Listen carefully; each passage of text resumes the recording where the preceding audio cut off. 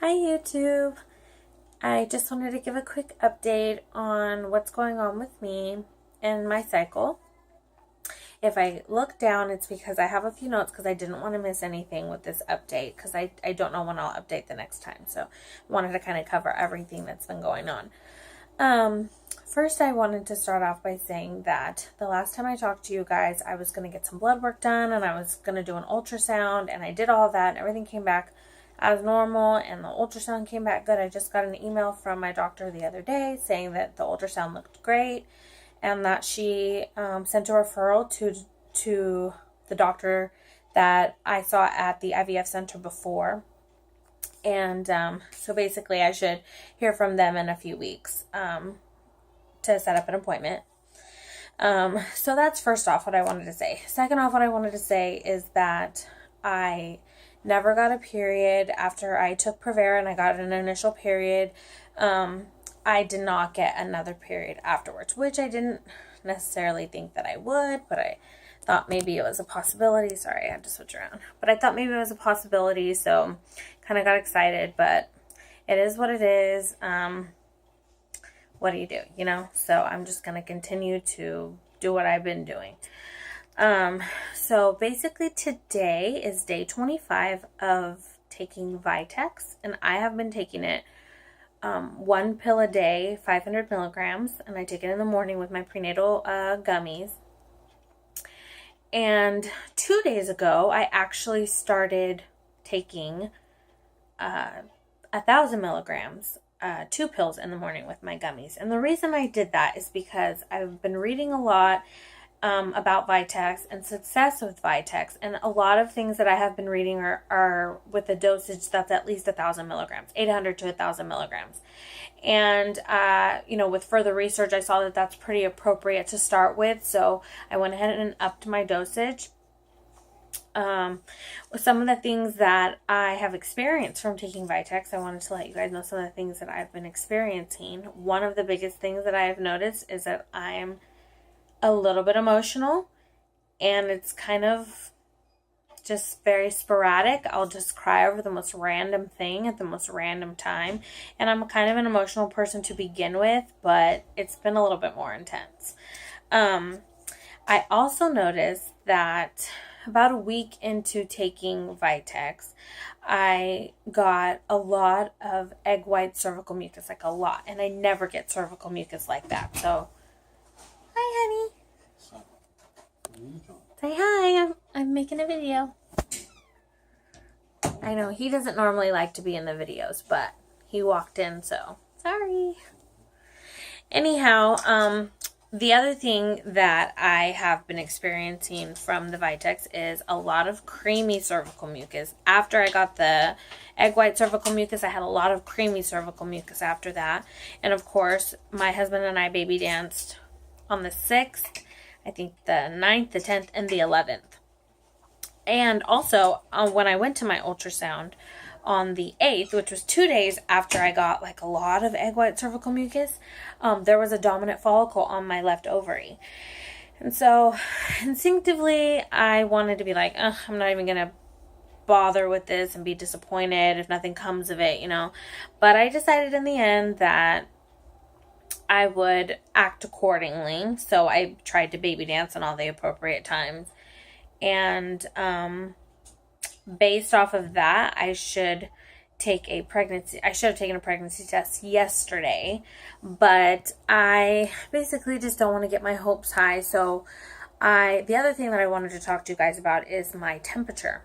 I've been charting taking my basal body temperature, and I put it into my fertility friend chart, which I need to learn how to edit and insert video pictures and things like that. I don't know how to do that kind of stuff yet, but I'm going to work it out so I can actually show you guys what my chart looks like, to see your guys' opinion of, when it comes to ovulation and things like that, or does it things look like an implantation dip? Does something look like, a temp spike because maybe I've conceived, or whatever the case may be. I want to learn how to put pictures in. But anyway, my chart, I started temping, and I noticed that around what would have been supposedly, because I didn't chart at the appropriate time when I was supposed to be quote unquote ovulating, and I didn't do it for like almost a week later.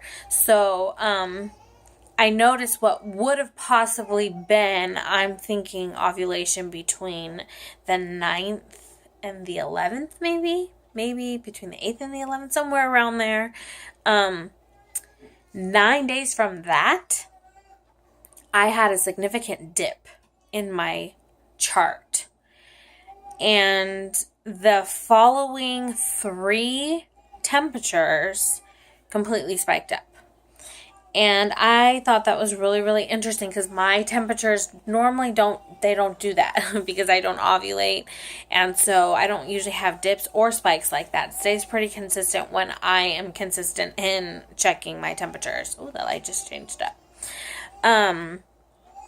So I thought that was kind of interesting. Once again, I try really hard not to get my hopes high about these kind of things, but you know, when you're TTCing, it's hard not to. So, yeah, that's basically what's going on cycle-wise with, you know, my body-wise and stuff like that. It's so annoying that I have to use my phone to do these vlogs. I was just telling my friend that I can't wait to get a nice, like, GoPro or something, like a nice camcorder. But anyway, the last thing I wanted to talk to you guys about was,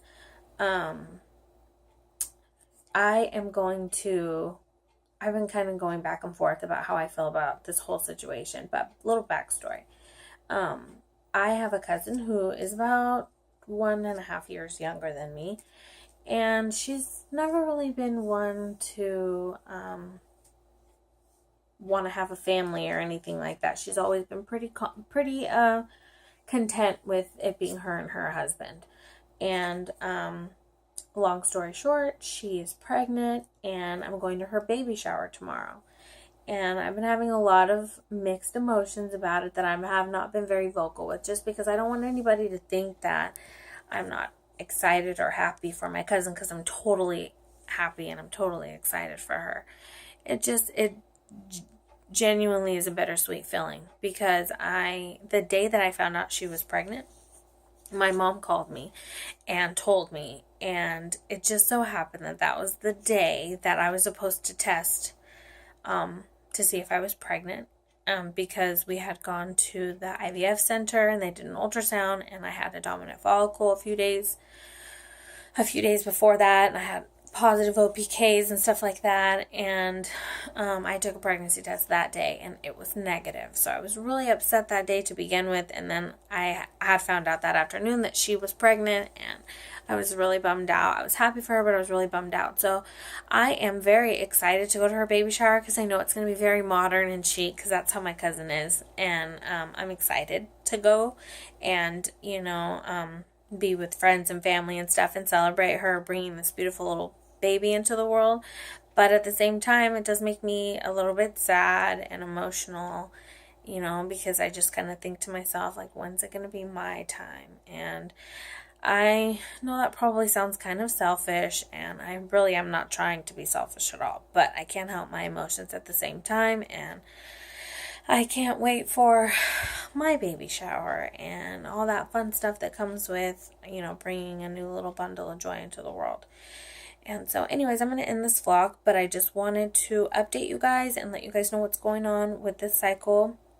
I do feel very hopeful about the Vitex. I've been reading a lot of really positive things about it, especially women who have PCOS and women who are already really irregular, which obviously I'm in both of those categories. I don't even remember the last time I had a natural cycle.